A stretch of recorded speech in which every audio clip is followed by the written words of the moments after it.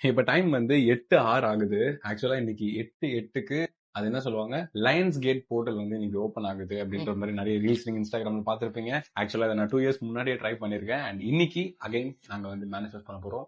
S நீ ரெடியா? ஒன்னே ஒண்ணு பெருசா போடுமா அடிஷனல் ஷீட்டுக்கு. எனக்கும் அப்ப எனக்கு டைம் ஆகுதுமா. என்ன மொத்தமா கொட்டிட்ட? ஆ.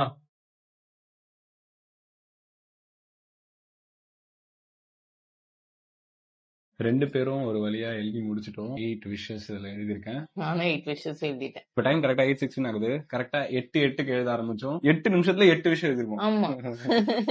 கோஇன்சிடென்ஸ்.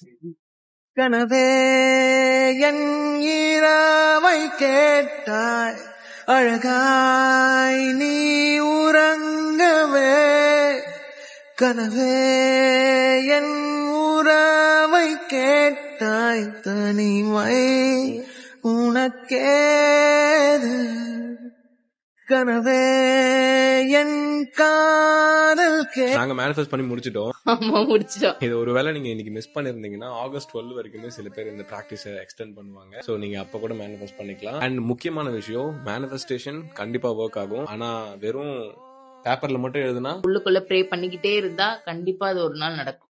ப்ரே பண்ணிட்டே இருந்தா வேலை யார் பண்ணுவா? பட் அது கூடவே நம்ம அதுக்கான வேலையும் செய்ய ஆரம்பிக்கணும். அப்பதான் நம்ம எழுதுனது எல்லாமே ரியல் லைஃப்ல நடக்கும்.